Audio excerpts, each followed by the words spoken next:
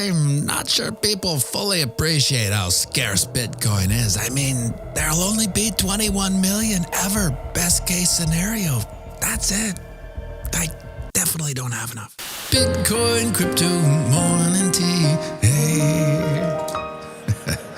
Good morning, everybody. My name's pianomattyb. That is Scaramucci's. This is your morning tea. A brief glimpse into the crypto markets, where the sun's shining, where the winds blow. All the humble opinion of this piano Zamboni, bringing the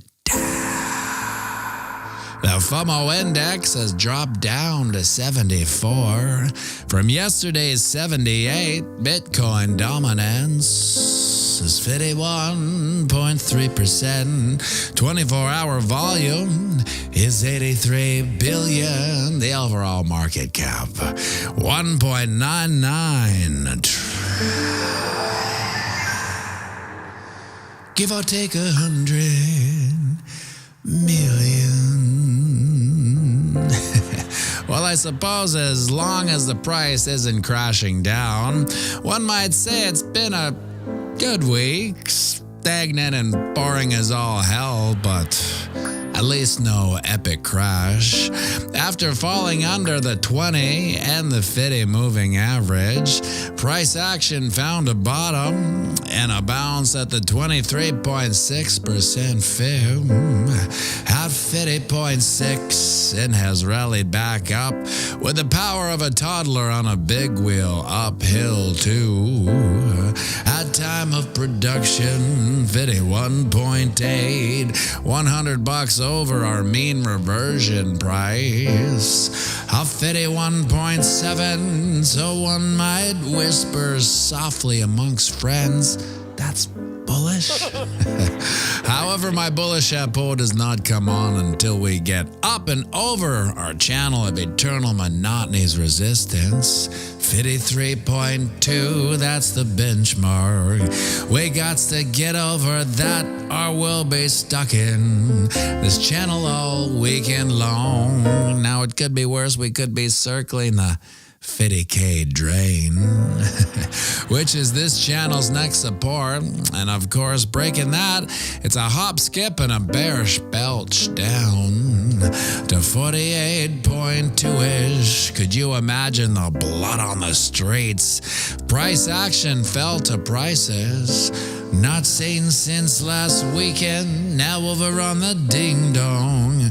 We are with the determination of a dozer from Fraggle Rock, building out our epic bull flag, which plays out to 62K-ish, leaving quite the octopus's garden of lonely wicks. This is almost a market anomaly, how tight this range of pullbacks and buy-ups are. It's bullish in my books, because it tells me the selling pressure is being insta-bought up, because under different circumstances, such as the hedge funds not aping in buying the pressure, we'd probably be back in the low 30s. And as much as I don't like to tip my hat to these monolithic Bitcoin prisons called hedge funds, they have kept the market stable against the other monsters' selling pressure. Hopefully this bull run we won't have as many bad actors coming in and distorting the market, whose consequences echo into oblivion. But the markets are driven by fear and greed, and it is these emotions that we see and feel which provides the breeding ground that has and probably always will create more monsters. Who do you think becomes one this bull run? Would you look at that, my friends? The sun's up. It's another beautiful day here on planet Earth. A day none of us are guaranteed. We're not guaranteed these days, yet we're lucky enough to have them. So get out there and knock them dead. And remember, we're playing the same game as our psychopathic elected lead. And that's right, it's the long game. So zoom out and have a fantastic day. And we'll be going live, so grab yourself a coffee. Join me for a quick one, and by all means, sing it with me now. I'll run the banks of boom dash bang, Bitcoin, crypto, morning tea. Hey, whoa, cha-cha-cha-ching.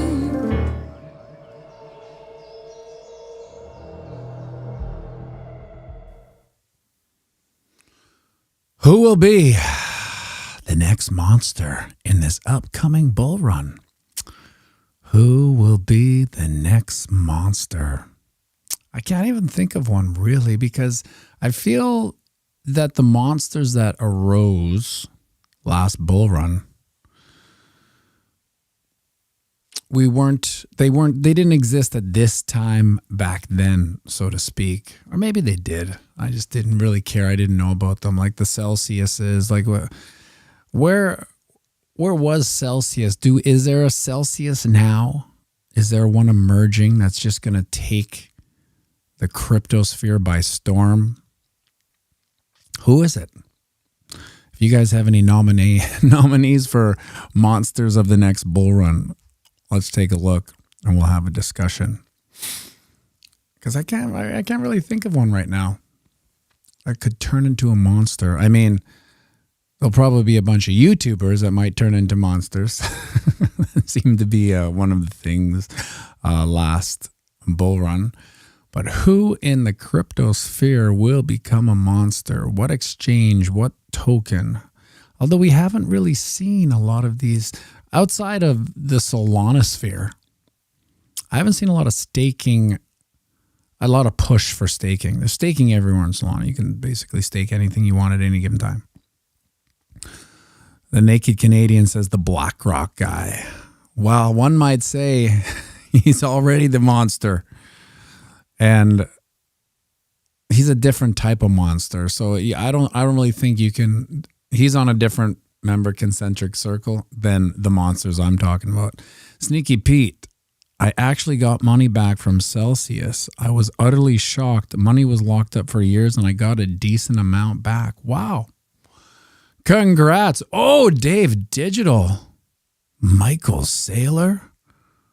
You actually think that Michael Saylor would be the monster in his digital real estate in Manhattan? You think Michael Saylor would be the next monster? That's a huge prediction. Michael Saylor. Well, I mean, his company, amongst other clients, are the CIA and SA. Just saying, he does work pretty tightly with them. Brendan Wolf and Sheeps. Well, we tend to think that Michael Saylor is kind of the savior of this space. Manhattan. He came in guns blaring, and he's still blaring those guns. I mean, everything he says, I'm not selling. I think it was the last video I saw. I'm not selling. I don't sell the winners. I agree. Jen Friesen, stage manager at the Jimmy. Unfortunately, Jen can't stage manage the Jimmy tonight, so I don't know what we're gonna do. We're actually gonna have basically an empty house for the show tonight. It starts at 6:30. It's our tribute to Golden 0669 and his membership drive that he did last week. We'll open up the stream at 6:15. Drop your requests in that first 15 minutes. It's Bullish, Sneaky Pete's. So the most Dirty Gary Flocky Thomberg has always been a monster, but he's also in a higher concentric circle than the monsters I'm thinking of. Dave Digital, I secretly hate Saylor. He doesn't respect people. He still calls Ron after 6 years of interviews. Super sus. You mean like Crypto Bonter? Ran? The one that Ben has got a hate on for. Who doesn't have have a hate on for, actually? It wasn't last night, Bruce. It's tonight. Tonight is Thursday, auction day. Tonight is the members only stream, but it's not members only. It's open to the public. Look at that. We're back. I thought we were going to hit that market magnet that seems to be pulling the gauge down there. You can see it. I mean, you can tell yourself you don't see it, but you can see how that market magnet, yeah, it's sucking down that money. I mean, it's not sucking down that money. In fact, one might draw, if one may be so bold, a slightly diminished into the magnet. Now, I don't want it to go to 50K, but then again, I also don't care.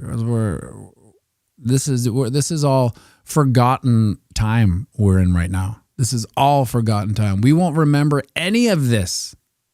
This is just, it's like a market purgatory of sorts. We won't even remember what's happening this week, all this week, this boring market, eternal monotony. Please move the make it to the top. I will when I get the signal, Dave, that that the market's saying that the money's going to suck up. Right now, there's just the signals aren't there. I care not for bulls nor bears. We will forget about this time. It will be down the memory hole of who cares. But when we see a change in price action, when we can get above 53.2, which is essentially right here, Dave. This is 53.2. I should probably put that in, shouldn't I? 53.2. What is that? Why is that not coming up? They changed it. Interesting. Okay, well, there we go. 53.2. 53.2, pianomattyb, not 3. There we go. 53.2. That's where the magnet will kind of reverse. When we start seeing this line go like that. And what I didn't like to see here is this lower low. Remember a couple of days ago, we were talking about how this was higher lows, which is good, and we don't want to break it. What did we do? Dag nabbit, we broke it. And we put in a higher low. That's one of those signals that tells me the market magnet is still sucking. It's doing its darndest. Squeaky McGee says, I remember long ago, I don't want to see it go to 40K. Yeah, well, that was a super long time ago. That was like 10 days. 10 days ago, it was 42K, if you can believe that. Unbelievable. And even that, do you remember it being 42K? I don't. That's down the memory hole. I know it was an exciting time because we were moving fast. Price action was going up and up and up. But just like anything, if you've been in the markets long enough, an exciting week in the market, you forget just as fast as a boring week or a downward week. York Texan, I remember watching your stream when you bought Bitcoin at around 25K. Feeling good? ? Damn right, I'm feeling good. Now, the reason why I made that purchase at 25K, I think it was maybe 27K, I can't remember, was just because of the time in the market, looking at these charts, making these videos. It's one of I wouldn't say a three-legged stool, it's more like a chair of why I do these videos. And one of the legs in the chair is to keep my mind in the market at all times. So when I get a good vibe of a buying opportunity, I'll take it. Now, had I not been making these videos, I would have lost the pulse, right? And that's, I guess, one of the other legs in the stool is to provide that pulse, for the boutique community to come in and share the pulse of the market. So they can, if you're in here every day hanging out, watching the videos, you'll have the exact same take of the market as I do. And you can make your buying judgments accordingly from that.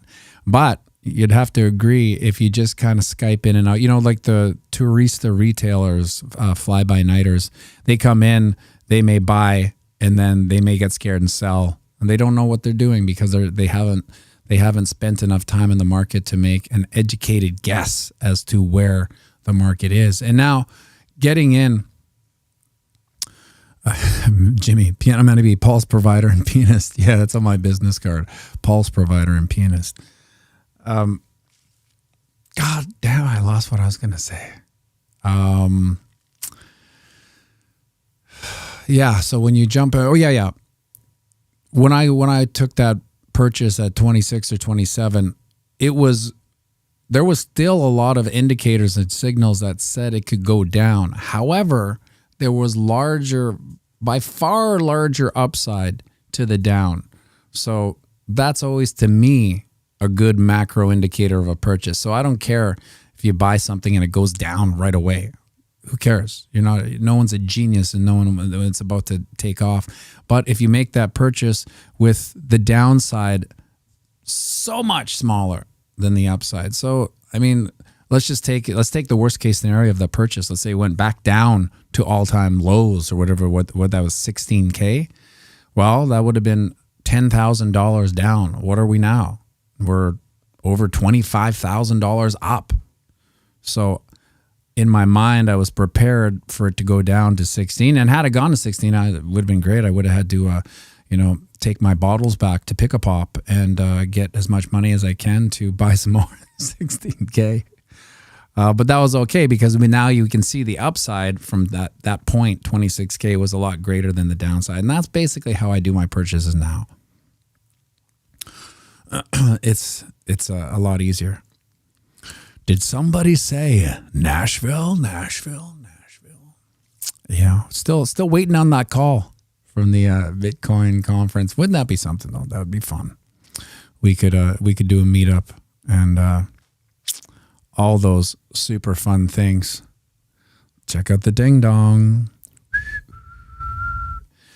There's that market magnet still sucking it down. See, now with your bearish glasses on, you can see how we spent a lot more time here where the market magnet is.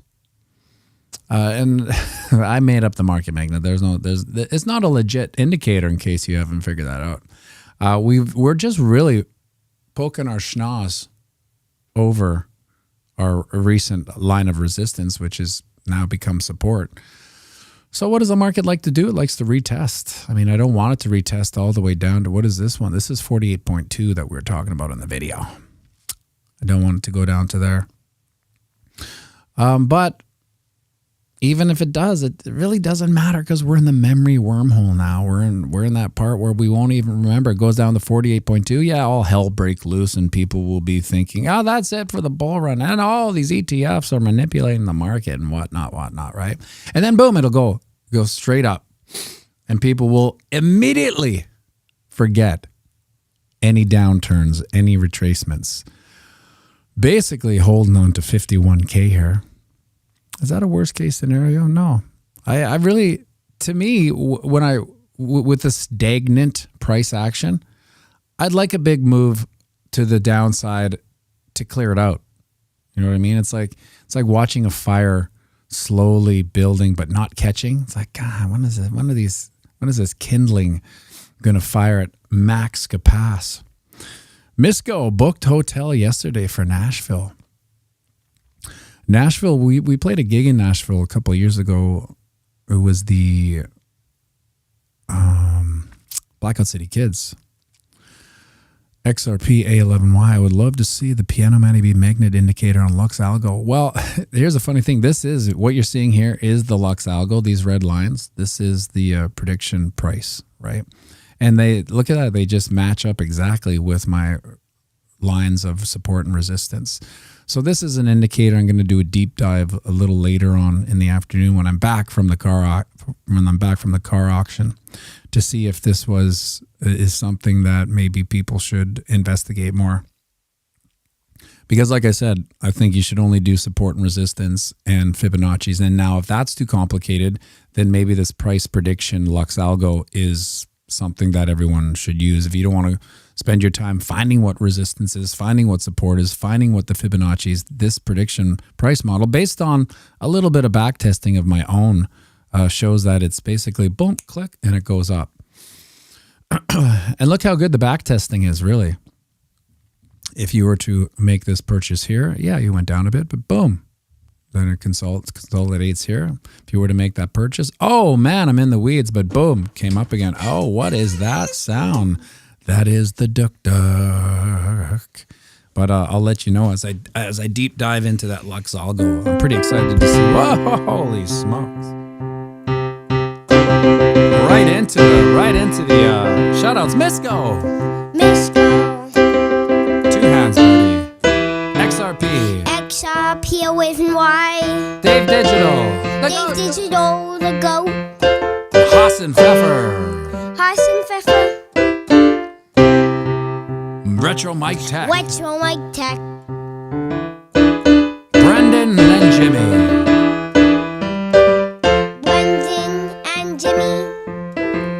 And Mario Cantonese.